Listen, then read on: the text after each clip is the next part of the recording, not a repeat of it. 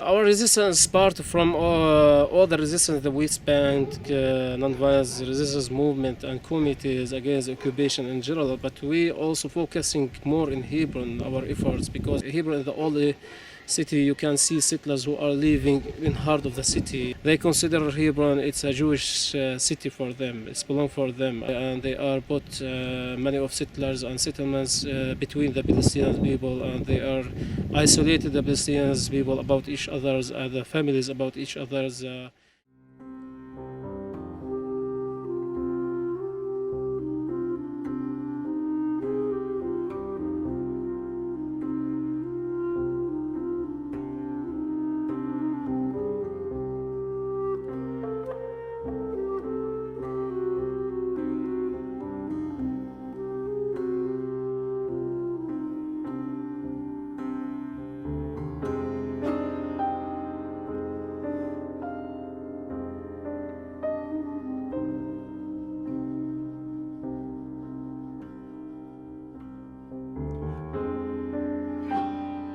They divide Hebron in two parts, H1 and H2. So H1 under the Palestinian Authority control and H2 under the Israeli government control. We have, checkpoints. We have settlements. We have a lot of settlers that they are really aggressive settlers, who's occupied our lands, and they keep occupied more and more lands. So they are living here against our willing, and the land where they are staying and the houses where they are staying, they took it from us by the military force.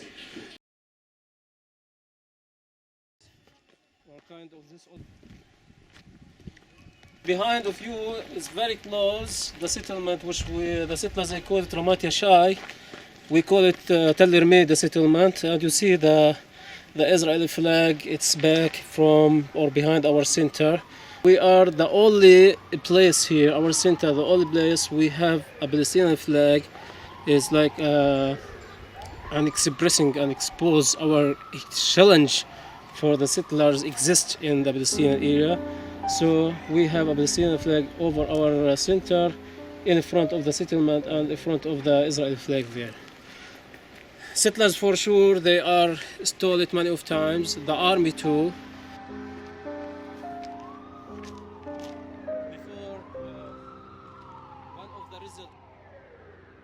Behind the mosque, if you see the white building, there is another settlement, and it used to be the wholesale market, vegetable markets for the Palestinians, for the whole Hebron district here. Shuhada Street is used to be overcrowded with a business and people doing shopping according to the military orders. And after the steps here is not allowed for the Palestinian to exist any kind of life. No work, no drive, no business. Here is, Shuhada Street. Shuhada Street, it's completely closed for Palestinian or Muslims. It's more than 1,500 shops are closed because it's under the military law. So here, there are some organizations because they find Hebron is the most important place to work here and to report about the human rights situation and about the occupation. So they describe Hebron situations as ghost city. And you see there are still many of homes here empty because of the settlers. They attack the families many of times.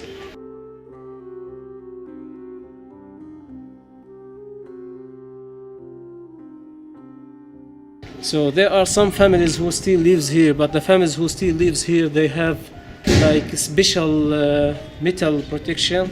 They have special metal defense protection to defend themselves from the settlers' attacks when the settlers they are attack the families.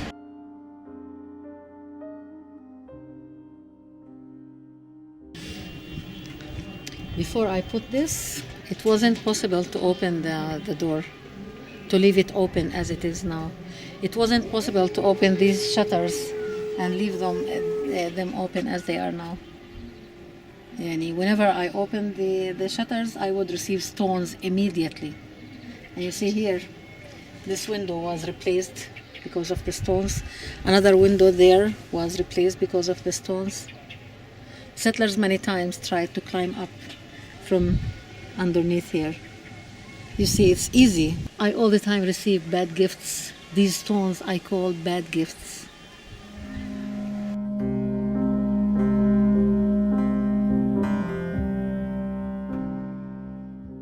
Shuhada Street, this is the main street in Hebron that connects the north to the south of the city.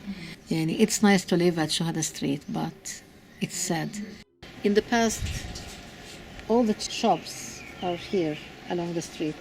But closing the street does not mean just a street being closed. It means closing the businesses. It means closing the lives of people. It means closing the transportation. The main bus station is along the street. Now it turned into a military base and a settlement. The wholesale vegetable market is at the street. Now it's a settlement.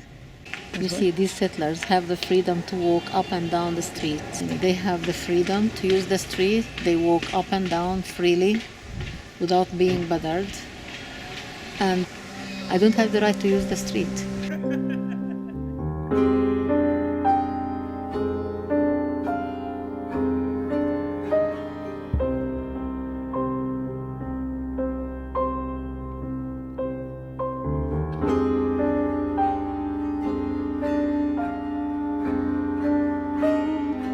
The cemetery is there. That's our cemetery. My grandparents are buried just few meters at the beginning of the cemetery. If I do need to visit them, of course I can't go from my front door because it's welded shut. So I usually take a detour around the city, which is about half an hour.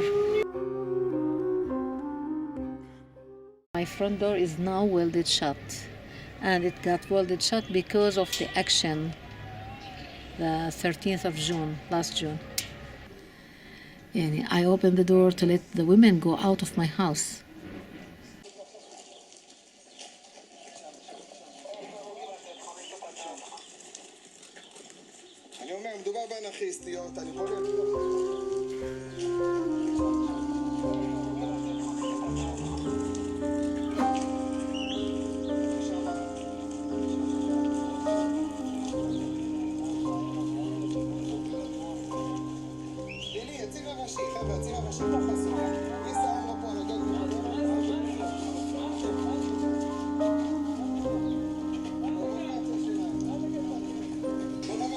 This action was organized by Youth Against Settlement. It was a symbolic action to highlight the closure of the street and to call to reopen the street for the Palestinian people.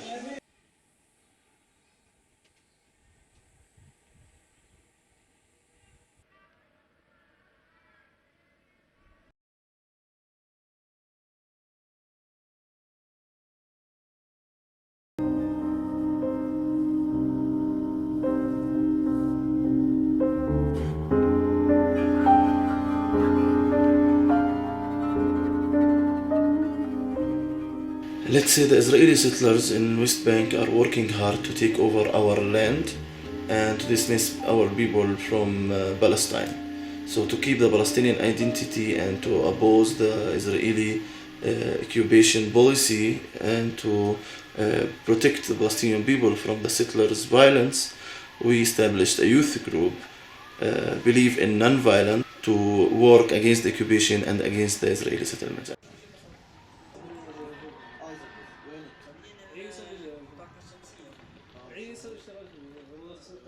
We have a civilian protection group. We go to the Palestinian houses before the settlers reach them. We stay between the settlers and the Palestinian families to give the feeling to the Palestinian families that they are not alone, and to give the feeling to the settlers that there is a youth group working hard to stop their violence and ready to confront them. We study the strategies of the settlements. We study their expansion. We study their movement, and we oppose it. And we create an opposite strategy to protect the Palestinian land, the Palestinian houses, the Palestinian children, the Palestinian women. ويسكنوا يعني الاسبوع الماضي يوم الخميس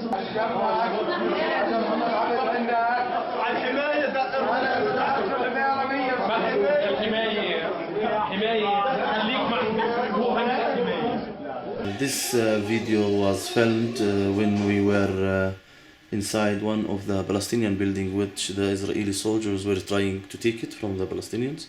We went in to tell them this is a Palestinian house to keep the Palestinian identity. And we are decided to come here to protesting inside the home, to clean it and to stay and sleeping here, to use it.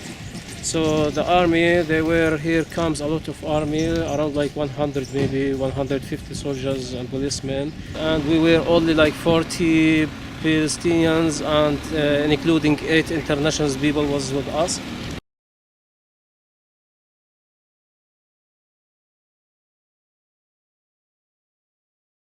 And you see in the film that Israeli soldiers were very violent, in spite that we were Palestinian non-violence activists.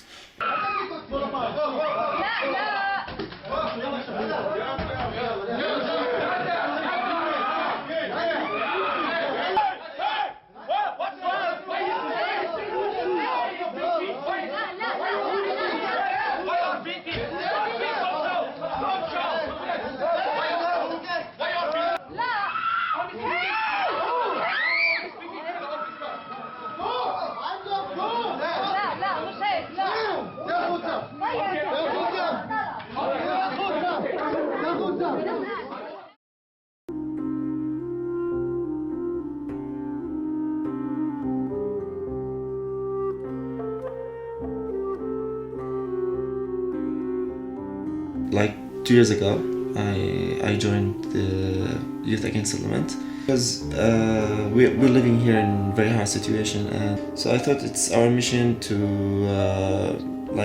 to document these violations and to document these attacks, and to show these violations to the world.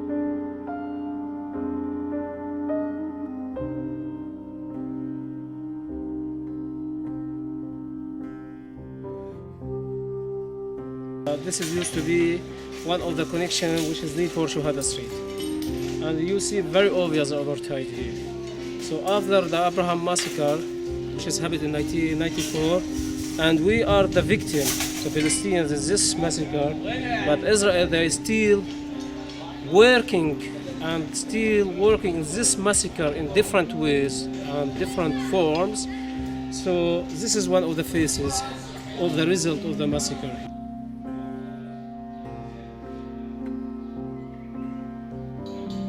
See the garbage, the stones, which is this is thrown by the settlers. Settlers, they are storing a lot of garbage, a lot of stones. You can see this garbage and the stones which has come by the settlers.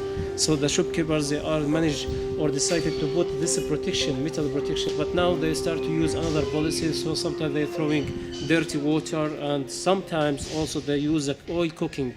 After they finish from the cooking, they use it and they throw it again as the Palestinians. And you see all the shops here, all the shops which is under the settlement, it's closed by military orders. See, it's walled. There also, this shops also, which is inside, it's also another part of the golden market, which is used to be a golden market here. As you see, it's very obvious, it's apartheid system, controlling system for the Palestinian life and the families here.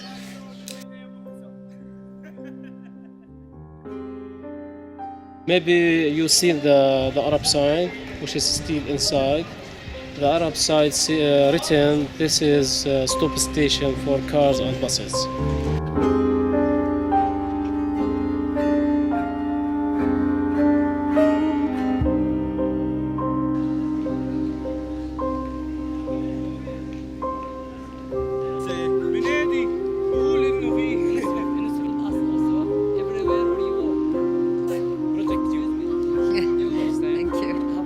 And where you see now the same thing checkpoint there.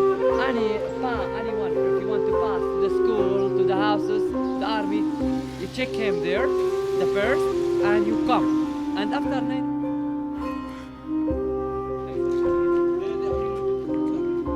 To the mosque and to the houses, the army check him from this checkpoint where you see.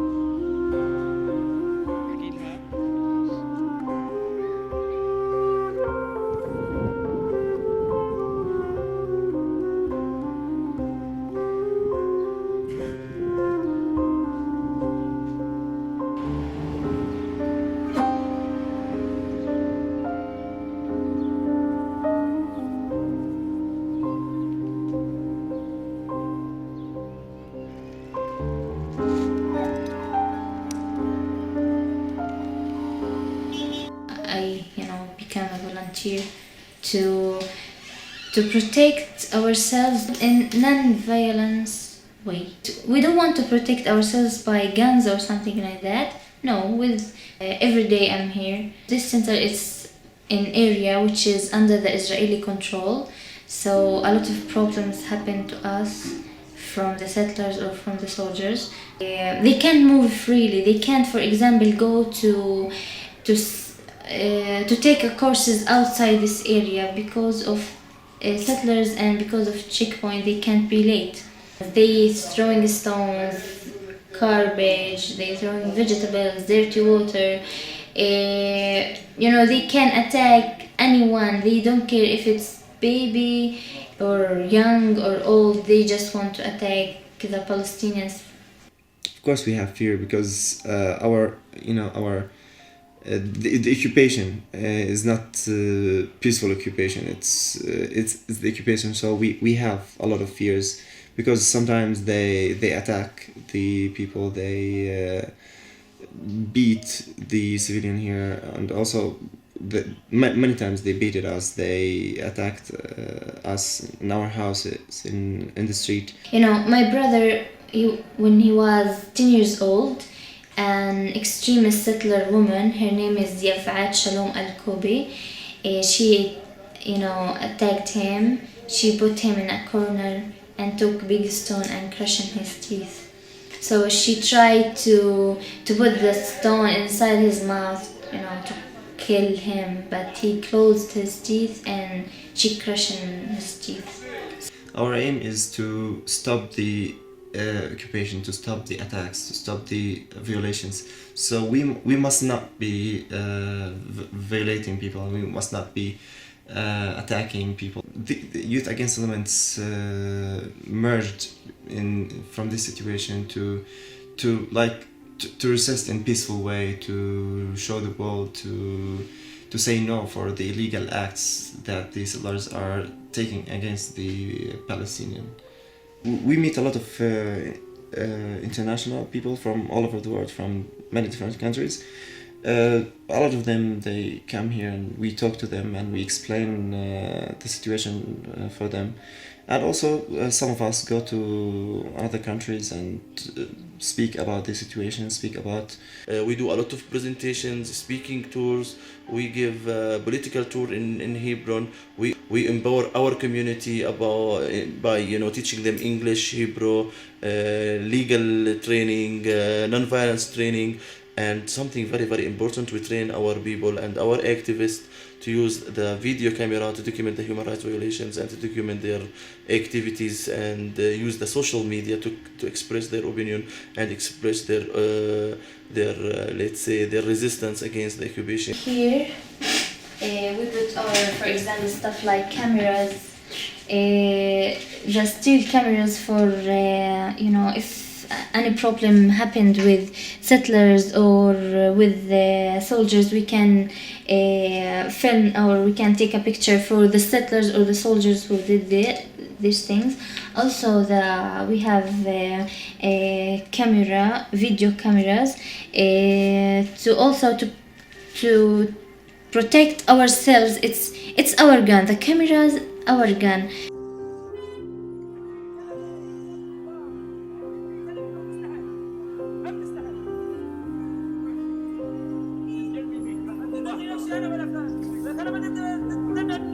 So, for example, here,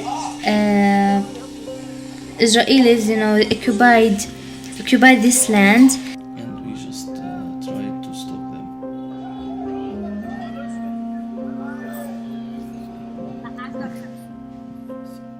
Especially with settlers, if they do nothing, if they make any problems, we can film them to improve what we say.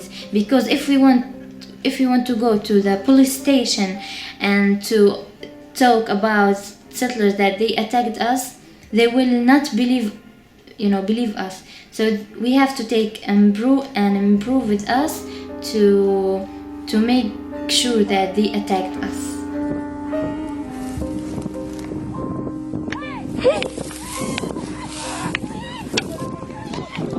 I think non-violence is the best choice. and it's the only choice here too. It's about that, by non-violence we can make division inside the Israeli society, and we can have voices against the occupation, and on the other hand we can have a huge and massive participation from our people with non-violence. Was a very good action in the 25th of February in this year to 2012. There was almost 8,000 Palestinian, and the majority of the demonstrators were Palestinians. It was great that to see this mass of people who are asking for their rights in a nice way, to send the message to the world that these people deserve to live. These people is not like what the Israeli propaganda trying to distort their image. No, I'm a human, I have a tongue, I have a hand, I have a head, I'm like you, exactly, and that I want to live and I want to have fun in my life, to taste the meaning of the life. I don't want to be, isolated. I don't want to be surrounded forever, which means that Palestinians will never coexist with the occupation.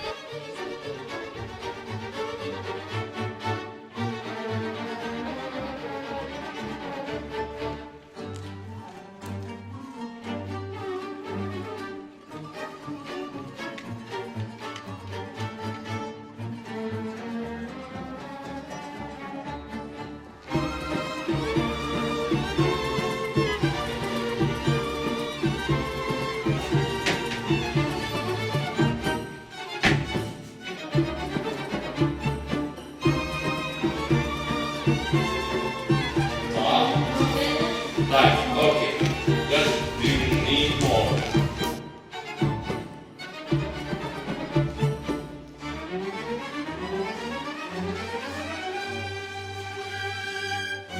I'm an activist with Youth Against Settlement, and I'm here as a volunteer in this center, and I'm teaching. Somehow I'm not a professional teacher, but I'm trying, to motivate the people to come here in order to push them to know what we are doing here through this window, through, English teaching. So I think, and we want the people to know that they can, contribute, they can participate in this process of going to be free. Males, females, everybody.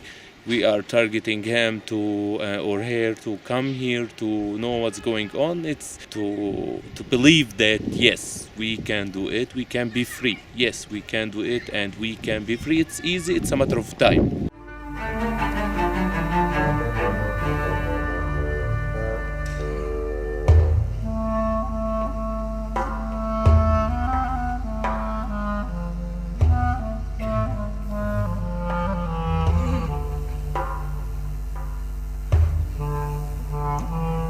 This house was empty because the owner didn't manage to stay because of the continuous harassment and attacks from the settlers. So the Israeli soldiers moved in. It was in 2000. 2006, the soldiers left this apartment after using it for 6 years. 2007, the settlers moved in, and they were trying to take it as they took another house. We noticed that, so we came here. I went to the owner.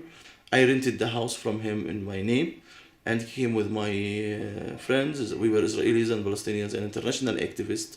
We came to the house, we fought the settlers, we had a big fight about the house, and we went to court and we won. We continue protecting this home physically 3 months, 24 hours till 3 months. And after we feel that we are start to do something here, to start our classes, to create a life for the people here and the family.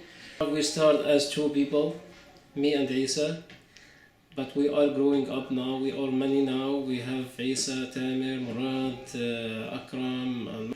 And now we managed to make it a Palestinian center, and the Palestinian flag is on the center instead of having this house as an Israeli settlement. Now it's a Palestinian non-violence center, working hard to protect more houses from here.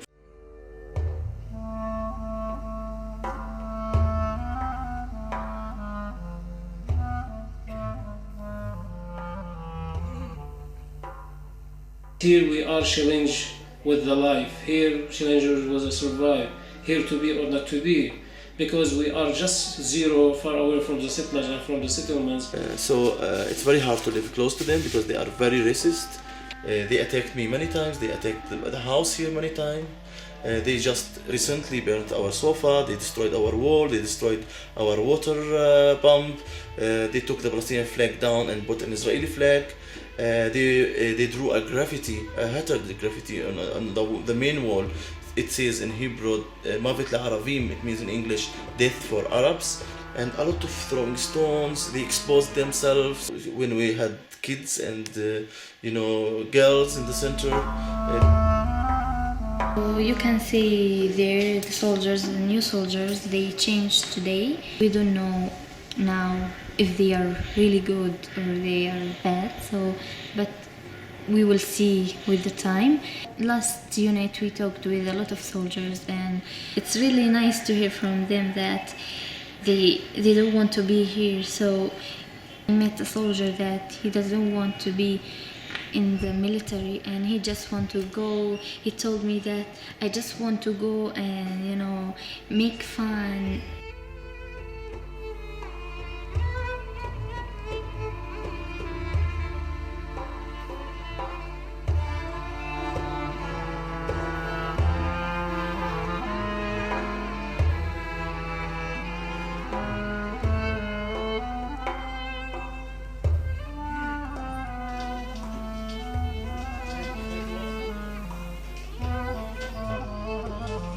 This is the cage house.